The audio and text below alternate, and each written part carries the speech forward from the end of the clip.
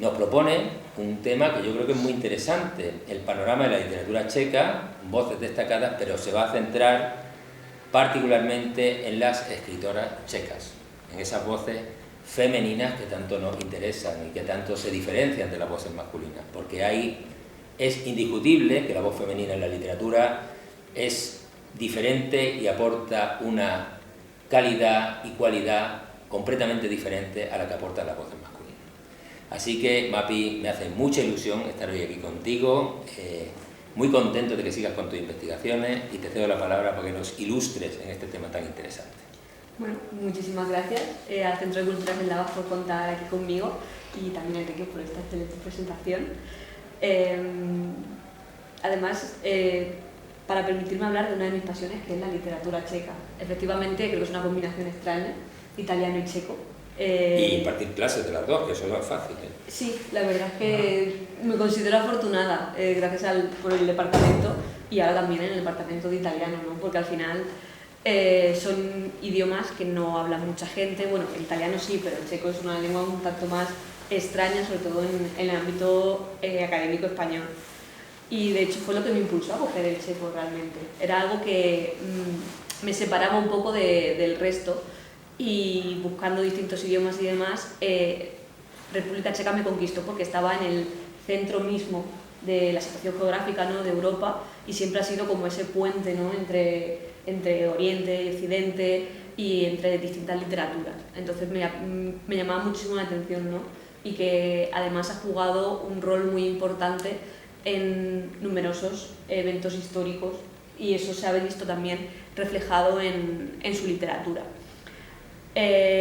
Mi objetivo realmente con la charla de hoy es introduciros a la literatura checa, aunque me consta que la primera sesión la inauguró Mónica Zustova, que no se me ocurre nadie mejor que ella para ser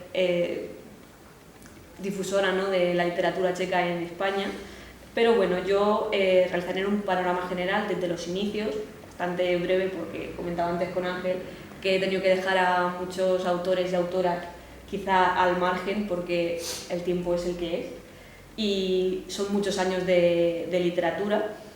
Y como bien ha dicho Enrique, me voy a centrar hacia el final de la charla sobre todo en voces de autoras de mujeres, ¿no?, porque siempre quedan un poco en los márgenes del canon, y el caso checo no es ninguna excepción, porque si pensamos ahora mismo en autores checos destacados, ¿qué nombres os vienen a la cabeza?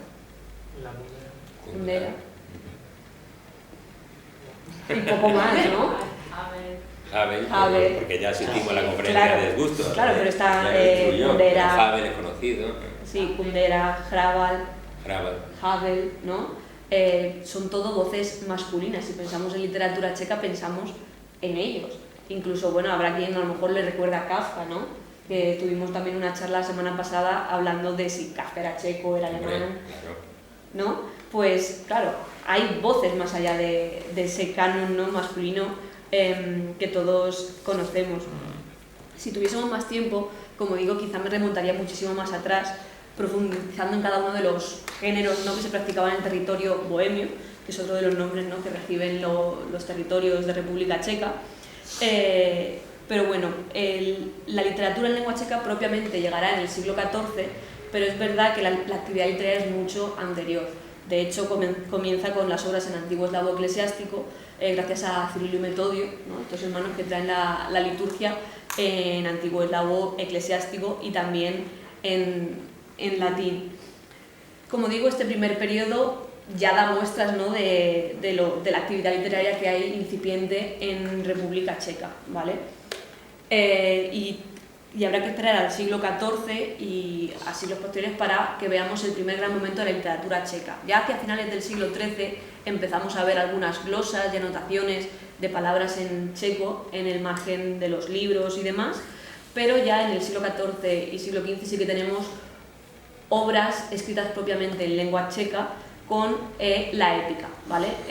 Aquí a la izquierda tenemos un libro que es la Alexandreida, que es sobre Alejandro Magno, ¿vale?, y se une así a la tradición de la literatura europea occidental. De hecho, en el siglo XIII en España encontramos ya el libro de Alexandre, que forma parte del Mester de Clerecía y que versa también sobre este mismo tema. Entonces, aquí ya tenemos cómo en el territorio bohemio también se forma parte, ¿no?, de esas corrientes y de esas tendencias en la literatura. La siguiente, otra obra que tenemos también de este periodo es la crónica de Dalimilova Crónica, que es la fotografía de la derecha, que es también un cantar de gesta o poema épico sobre la historia del territorio, desde las primeras leyendas del patriarca checo, Praotečer, hasta la época de su autor, es decir, siglo XIV, siglo XV. Bien, el desarrollo de la literatura checa y de la lengua checa no hubiese sido posible sin el que es quizá el primer padre de la patria, que es Karel Sverti, Carlos IV, de la dinastía de los Luxemburgo. Es el prototipo de rey humanista. Hablaba 5 idiomas: francés, porque se había criado en la corte de Francia, alemán, latín, italiano y, por supuesto, checo.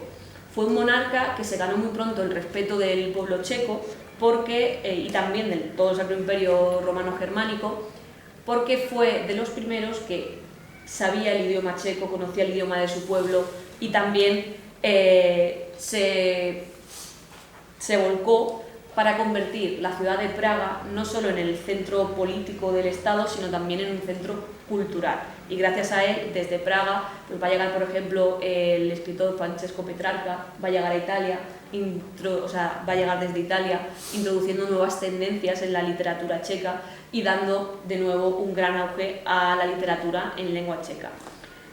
La figura de Karel Sverti es muy importante porque él es el fundador de la Universidad Carolina de Praga, es también uno de los principales artífices del urbanismo praguense que conocemos, ¿no? El puente de Carlos, también la muralla del hambre, que mandó elegir únicamente para dar trabajo al pueblo, ¿no?, y para alimentar a sus súbditos. Fortificó también la ciudad y también ordenó la construcción de la Catedral de San Vito. De hecho, en torno a su figura hay numerosas obras literarias y él mismo también componía algunas cosas. O sea que la labor de Karel Sverti es muy destacada. De esta época, aparte de ser uno de los centros neurálgicos de la difusión de la literatura y la cultura eslavas, y también la leyenda de Santa Catalina, ¿vale? Život Svate Kateřiny, que tenemos a la derecha. Son los manuscritos que nos han llegado completos, ¿vale? Porque también sucede con muchas obras de estos periodos que llegan solamente fragmentos y demás. Se debe a que en el territorio checo siempre hubo una pugna entre la liturgia en eslavo, la liturgia latina, luego hubo también disputas por protestantes contra católicos y lo que peor salía parado de estos enfrentamientos sin duda era la literatura y la cultura. Entonces en muchos monasterios se procedía a la quema de libros o se realizaban limpiezas de aquellos manuscritos u obras que eran del bando contrario, por decirlo de alguna forma. Después de este periodo después del humanismo, llegaría el humanismo, donde encontramos obras escritas en latín y también en checo que conviven muy bien, pero yo me voy a detener en el barroco con Comenius, ¿vale? Que es el siguiente gran momento de la literatura checa. Este periodo llega en el año 1620, tras la derrota checa en la batalla de la Montaña Blanca, ¿vale?, donde se enfrentaban los protestantes, seguidores del husitismo, ¿vale? Jan Hus fue quizá el segundo padre de la patria, el segundo que consiguió un movimiento unificador de todo el pueblo, ¿vale?, bajo su religión o su forma de entender la religión más bien, ¿no? Y entonces se enfrentaban los protestantes checos contra la Casa de los Austrias o de los Habsburgo. Había una pugna por lograr el poder checo. Entonces, en este momento vamos a encontrar dos ramas: un barroco católico en el interior del país, fiel a los Austrias, que son los que ganaron efectivamente esa batalla, y un barroco protestante en el exilio, ¿vale? Esta segunda rama es donde encontramos la figura de Jan Amos Komensky, ¿vale?, que quizás sí en checo no suene mucho, pero quizás sí que suena la figura de Comenius, ¿vale? Es el padre de la didáctica moderna, con su obra La Didáctica Magna, que se fundamenta básicamente en enseña todo a todos, ¿vale? De nuevo, este autor se tuvo que exiliar porque él pertenecía a la práctica protestante y tuvo que abandonar el país. Veremos después, cuando lleguemos a la época del siglo XX y demás, cómo la literatura checa constantemente vive unos periodos de exilios y también de literatura prohibida, por así decirlo. Comenius va a ser el principal autor de este momento y todas sus obras van a ser publicadas en el extranjero, ¿vale? Muchas de ellas también se perdieron en un trágico incendio en Lesno, ¿vale? En concreto de su obra destaca el primer manual de lenguas modernas de la historia, que es el Orbis Sensualium Pictus, ¿vale? Que permitía o posibilitaba el aprendizaje del latín a través de imágenes, ¿vale? Es quizás el primer manual que tenemos de lenguas modernas, que él lo hizo con el latín y el checo, pero que realmente luego se llevó y se puede aplicar a un montón de literaturas. Esta edición en concreto está publicada aquí en España por la editorial de los libros del Zorro Rojo, una editorial maravillosa que ilustra muy bien, y pues en concreto realizan este ejercicio que en mi opinión es maravilloso y es tal cual estaba hecho el libro de Comenius, ¿vale? Siempre una ilustración en una de las caras, ¿vale? Y en el siguiente lado iba un diálogo o descripción de la imagen en latín que o bien iba seguido de la traducción, en este caso a la lengua destino, que en su caso sería el checo, aquí lo tenemos en español, y en otros casos directamente tenemos, por ejemplo, este que habla de los miembros externos del cuerpo humano, pues que no se aprecia muy bien, ¿vale? Por la calidad de la imagen en el proyector, pero que tiene números, ¿vale? Entonces, por medio de la visualización de las imágenes y demás, la gente podía aprender cómo se decían cada una de estas palabras en sus idiomas. Entonces, es, como digo, el primer manual de lenguas modernas, ¿vale? Y otra segunda obra que para mí como comparatista es muy llamativa y muy importante es El laberinto del mundo y el paraíso del corazón. Es una obra, ¿vale?, publicada en 1131, que la escribe un poco antes, en la que seguimos a un peregrino que viaja por el mundo en busca de una profesión, de su destino, por así decirlo, de su identidad. Este viaje lo hace acompañado de unas guías que son la ilusión y el saberlo todo, es decir, el peregrino acompañado por dos guías. No sé si estáis familiarizados con la literatura italiana, pero esto os recuerda a otra obra. La Divina Comedia de Dante. La Divina Comedia, seguimos a Dante, ¿no?, que hace un peregrinar desde el infierno al purgatorio llegando al paraíso. Pues este sería un poco el equivalente checo. Yo he de decir que quizás no he encontrado ninguna referencia donde esto se hable muy bien. Mira que lo he intentado.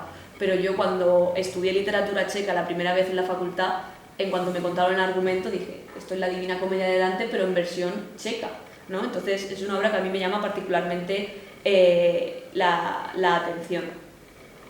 Es una obra, como digo, en la que seguimos al peregrino, ¿no?, que conoce el mundo y está profundamente desencantado con él. ¿Esto por qué puede venir motivado? Pues por el contexto que estaba viviendo su autor. Estaba viviendo en el exilio, alejado de su patria, ¿no?, y estaba viendo como cada vez había más censura y más por así decirlo, restricciones para los autores y para la cultura, ¿no? Entonces, él lo plasma en esta obra. Sí que es cierto que en Dante, ¿no?, se produce ese viaje hacia su amada Beatriz, ¿no?, hacia Beatrice, que quiere contemplar a Dios, pero aquí también tenemos ese componente religioso porque el peregrino al final llegará al paraíso, pero de su propio corazón, donde lo llama la voz de Dios. O sea que los paralelismos están ahí y darían pie para un estudio mucho más detallado, ¿vale?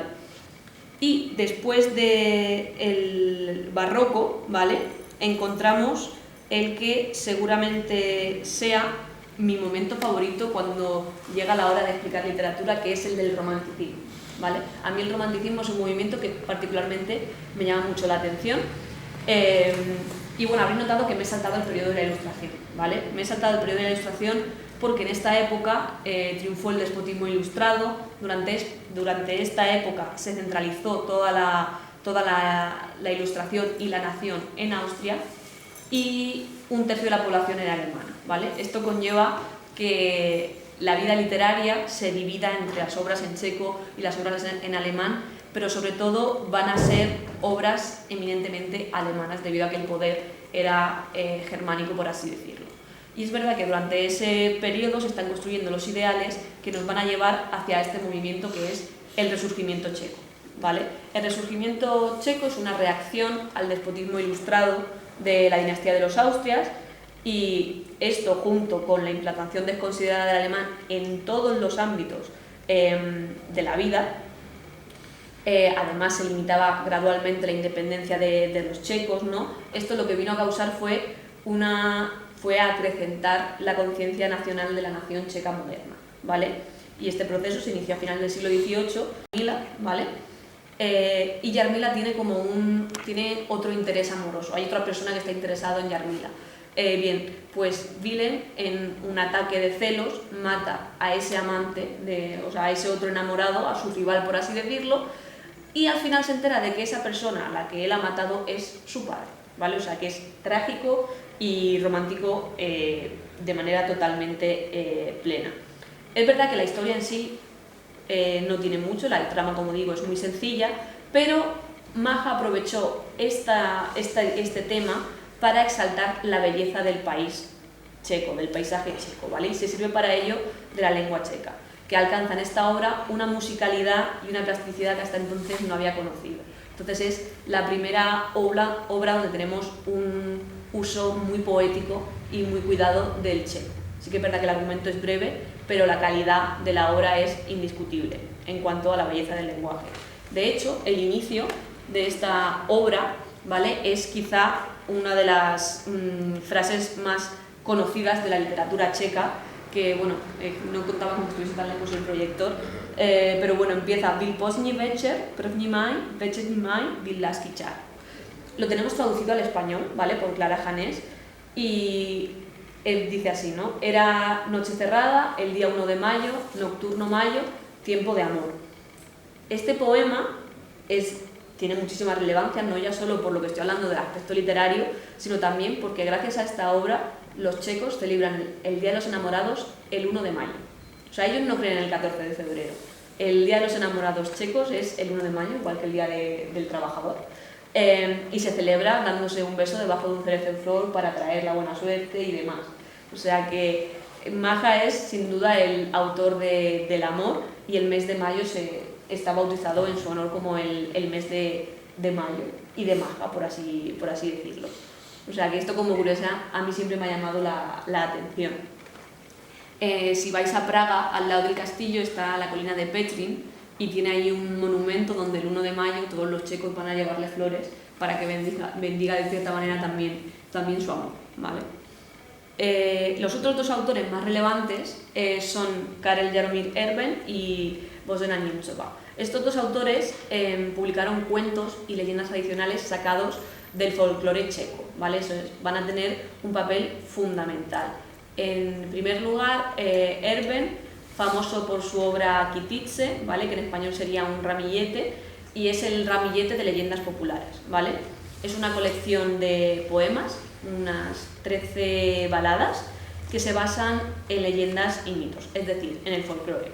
La labor que realiza Erben, luego más tarde también Němcová, pero sobre todo Erben con estas baladas, recuerda a la de los hermanos Grimm, ¿vale? Los hermanos Grimm en Alemania son también los encargados de recuperar el folclore, ¿no?, y vertirlo en esos cuentos, pues es lo que hace también Erben. A lo largo de estas 13 baladas, ¿vale?, que originalmente eran solamente 12 y tenían una estructura totalmente simétrica, ¿vale? La primera balada de Kitice es el ramillete, sirve de introducción y alaba el paisaje checo, y tiene como un compañero que sería el poema número 13, ¿vale?, que es la vidente, que hace como una visión, ¿no?, sobre el futuro y el porvenir de la nación checa. Luego tenemos los poemas 2 y 12, ¿vale?, el tesoro, que es Poklad, y Etxesinat Kletba, la maldición de la hija, sí, si no me equivoco, que habla sobre la ruptura de la relación madre-hija, ¿vale?, y que podemos hacer un paralelismo con la ruptura de la relación de los checos con su patria debido a la presencia alemana, ¿vale? Se sirve del folclore para reivindicar la esencia y la nación y la identidad. Luego tendríamos los poemas 3 y 10, Svatební košile y Verba, que son las camisas de boda, y Verba, que es el sauce, es un árbol, en el que hay una metamorfosis, ¿vale? Tomando de nuevo y conectando con esa tradición clásica y griega, Tenemos además, estas dos obras son quizás las más fantásticas de todas las que hay, donde tiene mayor presencia el terreno fantasmal y demás, muy ligado con la tradición romántica. Y luego tenemos Polebnice y Botnik, ¿vale? Polebnice es la bruja del mediodía, ¿vale? La hada del mediodía, que sería el equivalente a el lobo que tenemos en España, ¿vale? Que viene el lobo, que viene el coco, ¿no? Que nos decían por las noches. Pues en los checos es la Polebnice, la bruja del mediodía.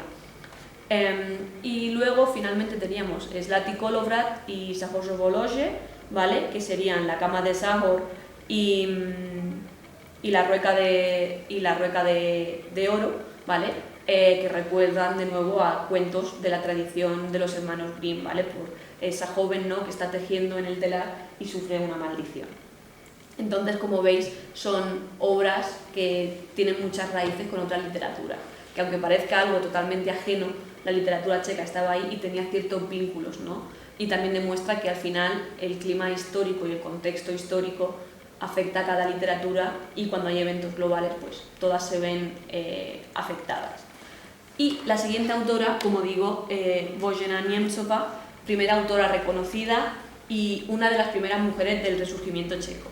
De hecho, Božena va a ser la principal maestra o guía de otras tres autoras que vamos a ver después, que continuaron con el movimiento feminista en territorio checo, ¿vale? Božena Němcová, al igual que Erben, se encargó de recopilar el folclore a través de leyendas y cuentos que publicó, ¿vale? Pero también cultivó la prosa. Su obra más conocida es Babička, la abuela, que es una mezcla de relato entre costumbrista y social, ¿vale? Anticipando en cierta manera el realismo que se va a dar ya justo posterior a ella. Es un idilio en el cual, sobre un fondo paisajístico y costumbrista, de nuevo ensalzando la naturaleza checa, rinde homenaje a los valores que aprendió de su abuela, y de hecho la obra está inspirada en su propia vida, ¿vale? La escritura de Němcová va a estar muy ligada con lo autobiográfico, ¿vale? Quizá también apuntando a esas diferencias que decía Enrique al principio sobre la diferencia entre la escritura de las mujeres y la escritura de los hombres. Las mujeres tradicionalmente han escrito diarios, cartas, obras más autobiográficas, porque es un tema mucho más íntimo, y son también géneros que hasta este momento no habían sido tratados por los hombres. Entonces era un género que les permitía total libertad. Entonces por eso también toman inspiración de la vida cotidiana. También porque sus experiencias vitales están muy limitadas al ámbito de lo cotidiano. No pueden formar parte de gobierno, en esta época no pueden trabajar más que como sirvientas. Entonces es donde encuentran su inspiración, ¿no? Y es en narrar su vida. Pues bien, como digo, estas tres figuras van a ser muy importantes porque de Maja, Erben y Němcová saldrán las generaciones posteriores. De hecho, en torno a la figura de Maja se crea la Escuela de Mayo o Mayovci, ¿vale? Que es un movimiento literario impulsado por una generación de jóvenes escritores checos que se proponían crear una nueva literatura en checo. Es decir, son autores que aprovechan esas obras, por fin, que tenemos de calidad, ¿no?, para crear, reivindicar una nueva literatura checa que reivindicara su visión nacionalista y liberal, ¿vale? Y que al mismo tiempo fuera menos provinciana y más cosmopolita, es decir, buscan ya la apertura hacia el extranjero, ¿vale? El más conocido va a ser Jan Neruda, ¿vale? Que llegó a la literatura a través del periodismo, pero que también escribió poesía y cuento, ¿vale? Su obra más conocida son los Povídky Malostranské, los cuentos de Malá Strana, ¿vale? Los que encontramos diversos acentos, aunque en casi todos ellos domina el humor. Esto es algo que imagino que ya os comentaría Esgústova si vinisteis a la primera sesión, que la gran arma que han blandido siempre los checos contra todo lo que les ha tocado vivir y todos los periodos históricos en su vida ha sido el humor, ¿vale? Lo hizo Kafka, lo hizo Hašek, lo hace Hrabal, todos los autores checos. Kundera también es más ácido, pero también se sirve de eso, ¿no? Entonces aquí ya tenemos ese uso del humor en todas sus variantes, ¿vale?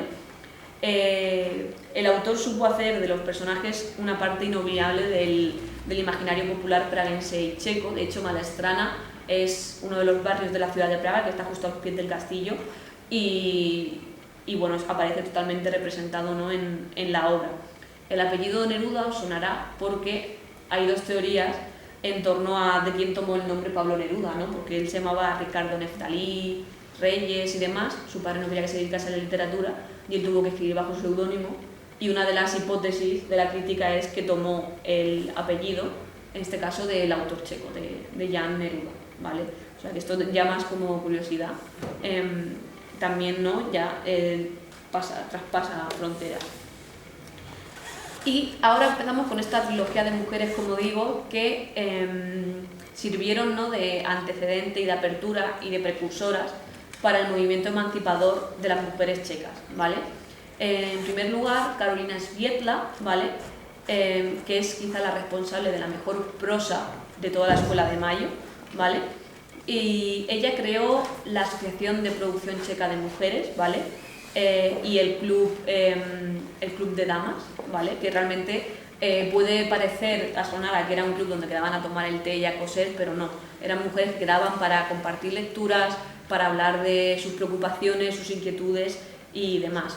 Su obra más conocida es Lesnitsky Roman, una novela campestre en el que el personaje protagonista masculino se convierte en un buen hombre gracias a la influencia positiva de 3 mujeres en su vida, ¿vale? Habiéndose casado ya una vez, la madre lo disuade para que se case lo disuade de que se case con la mujer que realmente ama, y de esa manera pasa a dedicarse, ¿no?, a buenas acciones de forma desinteresada pero feliz. Es decir, sirve de esas 3 mujeres, son las que lo conducen por el buen camino, ¿vale? Esto es algo que vamos a encontrar en toda la narrativa de Svietla. En esa tarea, al frente del club de damas y de la asociación de mujeres checas, la acompañó Eliska Krasnohorska, ¿vale? Una mujer que también, y amiga suya, que también traducía y escribía. Entre sus obras hay que destacar un folleto, que tenéis aquí el título, ¿vale?, que es La cuestión de la mujer checa, en el que habla, ¿no?, y reflexiona acerca del papel de la mujer en el surgimiento y de su posición. Y también hace cuentos, o sea, escribe cuentos ligados con el folclore, y destacan estos que tenemos aquí en la imagen de la derecha, que son Pohádky naší babičky, cuentos de nuestra abuela, que se vinculan y están relacionados con los cuentos de una abuela de George Sand, ¿vale? O sea que también tenemos esa vinculación con autoras que están, ¿no?, en el comienzo de la literatura escrita por mujeres, y que van a tener un gran auge a partir de este momento. Y otra compañera de ambas será Teresa Novakova, ¿vale?, que continuará con la labor etnográfica que había iniciado Niemcova y que también estuvo integrada en ese movimiento en la lucha por la igualdad de las mujeres, ¿vale? También luchó por el derecho al voto y el derecho a la educación de las mujeres, ¿vale?, porque no estaban incluidas dentro de la educación reglada.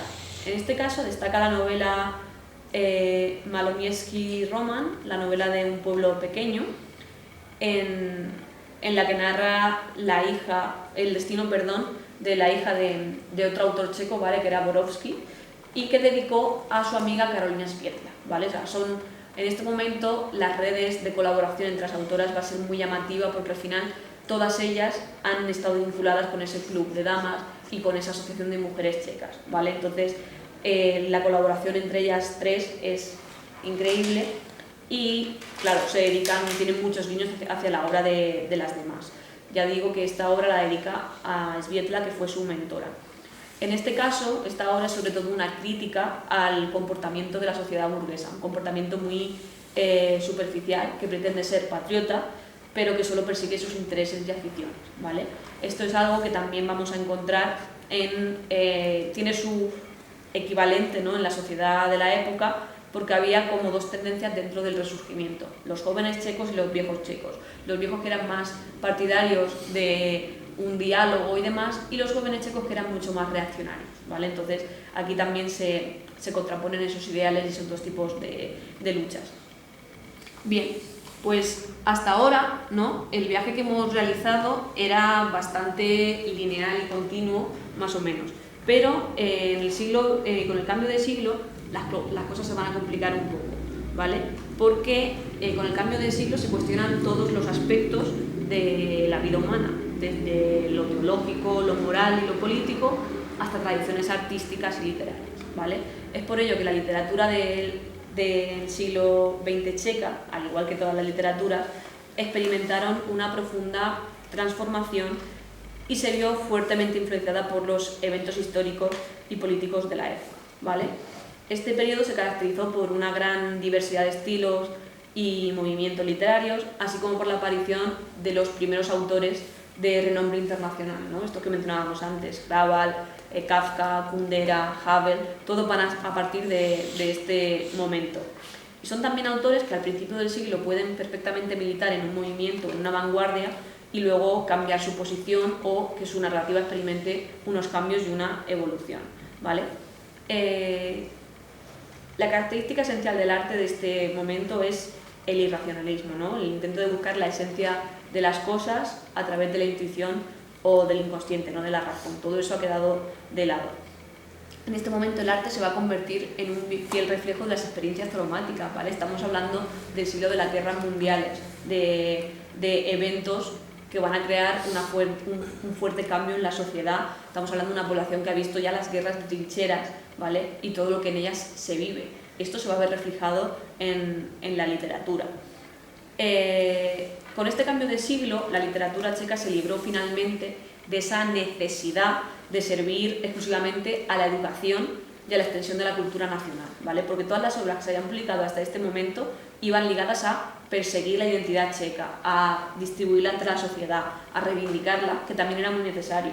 Pero ahora ya esa lucha, ¿no? Y ese resurgimiento checo ha pasado de categoría. Ahora ya hay que demostrar que, aparte de que tenemos una identidad y una lengua propias, también podemos hacer obras de calidad con ellas, ¿no? Entonces, esto va a permitir que los autores exploren nuevas formas de expresión, nuevos temas, y se van a orientar, ¿no? hacia Francia, hacia Europa del Norte, también hacia Rusia, buscando pues esas nuevas influencias, ¿vale? De hecho, el movimiento de las vanguardias, que vamos a comentar brevemente, ¿vale? Porque hay muchísimas vanguardias en territorio checo, incluso proponen su propia vanguardia, tienen su propio movimiento ismo. Y las vanguardias van a ser el primer movimiento que se dé casi de manera simultánea en territorio checo, que aún no es República Checa, hasta que en otros países, ¿vale? Porque los movimientos anteriores siempre habían tenido un desfase casi de un siglo con respecto al exterior, ¿vale? Los acontecimientos históricos tuvieron un gran impacto en la literatura checa, ¿vale? Y esta sección pues la vamos a dividir, vamos a ver que hay como una transición, ¿vale? Hay como un primer momento ligado con la Primera Guerra Mundial, desde finales del siglo XIX hasta 1918, ¿vale? Donde tenemos un patriotismo muy militante que fue rápidamente sofocado por la censura, ¿vale? Luego tenemos un periodo entre guerras de mucha creatividad y de experimentación literaria, que va a llegar hasta la Segunda Guerra Mundial, ¿vale? Con la Segunda Guerra Mundial se produce la ocupación alemana, ¿vale? Y tras la ocupación alemana y la liberación va a llegar la era comunista, ¿vale? La era comunista se extiende durante un amplio periodo, que es desde 1948 hasta 1989. Es verdad que inicialmente empezó de una manera más libre, por así decirlo, más neutral, de alguna forma, ¿no? Mucho más fluido, pero a partir en el 60 empezó a radicalizarse y en el 68 tiene lugar la Primavera de Praga, ¿vale? Que fue un movimiento estudiantil en busca de una mayor libertad de expresión, ¿vale? Aquí vamos a tener un periodo con obras más libres, pero esto va a ser muy breve porque a partir del 68 va a tener lugar la normalización, ¿vale? Donde se va a producir una división ya plena de la literatura checa en tres momentos, ¿vale? Vamos a tener la literatura oficial, la literatura en el exilio y la literatura clandestina o en samizdat, ¿vale? O sea que vamos a tener una división en tres momentos, ¿vale? Y luego el periodo postcomunista tras 1989, que es con la caída, ¿no? Y con la revolución de terciopelo, que conllevó que después, en 1991, se lograse la independencia, ¿vale? La independencia ya de República Checa como tal, porque realmente es un país, pues un estado muy joven todavía, o sea, comenzó su andadura en el 91, hace poco más de 30 años. Y esto va a ser muy importante, que se trata de un país que ha vivido no una, sino dos ocupaciones, ¿vale? Tuvo una ocupación alemana y después la ocupación soviética, ¿vale? La ocupación alemana terminó con el fin de la Segunda Guerra Mundial, ¿vale? Pero esto no terminó con la libertad política del país, porque Checoslovaquia en este momento se había alineado con el bloque soviético y que progresivamente fue ejerciendo una presión cada vez más fuerte sobre el país, ¿vale? Del 48 al 68 tenemos 20 años en el que poco a poco, ¿no?, van entrando hacia las tinieblas, que dicen algunos teóricos. Esto desembocó finalmente en una ocupación comunista del país, ¿vale?, ya desde el 68 hasta el 89, después de esa conocida como Primavera de Praga. Y como digo, la principal consecuencia para la literatura fue la división en literatura oficial, es decir, aprobada y que seguía unas características y unas reglas muy fijas. Luego la literatura no oficial o samizdat, que era publicada de manera clandestina. Y luego la literatura en el exilio, que la publicaban aquellos autores que habían tenido que abandonar el país, ¿vale? De hecho, son muchos los autores que tuvieron que esperar para ver sus obras publicadas o disponibles para el gran público, ¿vale? Pero la labor que realizaron fue esencial, ¿vale? Tenemos autores que se van a vivir al extranjero, a Francia, incluso a Canadá, y montan sus propias editoriales en esos territorios y se les hacen llegar los manuscritos a través de gente que viaja y demás, y que se publican en el extranjero. Algo muy llamativo también de esta época, que yo no lo conocía y me lo dio a conocer una alumna, es que, por ejemplo, la música clandestina, la música que no estaba permitida escuchar dentro del país, se difundía en radiografías. Cogían radiografías de los hospitales y demás, y con unos aparatos copiaban los vinilos en radiografías, y estos luego se reproducían. Es verdad que tienen una vida muy limitada, pero sí que daba para que lo escuchasen varias veces. Entonces, de esta manera se distribuía la cultura. Entonces, es también un poco para que veáis cómo se fundía, ¿no?, y cómo se trabajaba en esta clandestinidad. Muchas de las obras se divulgaban en separatas, que se iban dando de mano en mano, circulaban entre amigos y ya está. Y como digo, muchas de esas obras fueron publicadas ya después de 1989, ¿vale? Por ejemplo, Daniela Jodrova, que es la autora sobre la que yo hice mi tesis y de la que vamos a hablar ahora después, durante la ocupación, ella tiene 10-15 años de producción literaria que no ve la luz en ningún momento hasta 1991, ya 2 años después de la Revolución del Terciopelo. Entonces, vamos a ver obras que comienzan a gestarse durante estos años y que van experimentando una evolución y una evolución en sus tramas, ¿vale? Y que ya verán la luz después. Como digo, estas 3 ramas se unificarán solo después de 1989 con la conocida como Revolución del Terciopelo, ¿vale?, que tuvo lugar en 1989, ¿vale? Bien, hablando de las vanguardias, en este siglo tenemos muchas tendencias, ¿vale? Continúa el realismo que había iniciado Mięsowa y que tenemos en la ola de Mahar, ¿vale?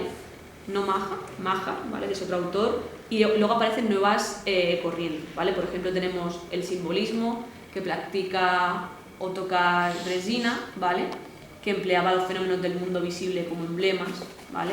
Luego tenemos el decadentismo, un término que en origen era peyorativo, mucho más pesimista. El impresionismo, que va a tener en Antonín Sova el principal representante, ¿vale? Luego también tenemos una renovación de la tradición de la poesía cívica y social con Viktor Dyk y Peter Besruch, ¿vale? Y una generación rebelde que es S.K. Newman, Schramek y Karel Thoman, ¿vale?, que van a ser los más reivindicativos en su poesía, ¿vale? Siguiendo también un poco a Walt Whitman, ¿vale? O sea, ya estamos viendo una apertura total de la literatura checa hacia el extranjero. Como autores, poetas y demás, una recopilación muy buena es esta de 5 poetas checos, ¿vale?, que recoge a Nesval, Seifert, Halas, Holland y Orten, ¿vale? Seifert es el único premio Nobel de la literatura checa, ¿vale? Y de hecho fue un Nobel que se le concedió también un poco en reconocimiento a toda una generación, ¿vale? Estos autores van a militar en muchos de estos movimientos, ¿vale?, muchas de las vanguardias y luego van a experimentar unos cambios en su poesía y una evolución hacia otras ramas. Y como digo, la literatura checa va a tener también su propia vanguardia, que es el poetismo, ¿vale? El poetismo, que era una vanguardia que fusionaba el futurismo con el cubismo y el surrealismo, ¿vale? Y va a ser una vanguardia y un movimiento eminentemente checo, y que eso lo vamos a tener aquí, ¿vale? Y llegamos también en este momento a la literatura en lengua alemana, ¿vale? Como he contado antes, desde el barroco se fue produciendo una germanización paulatina, ¿vale? Porque los territorios checos se fueron integrando en el imperio austriaco.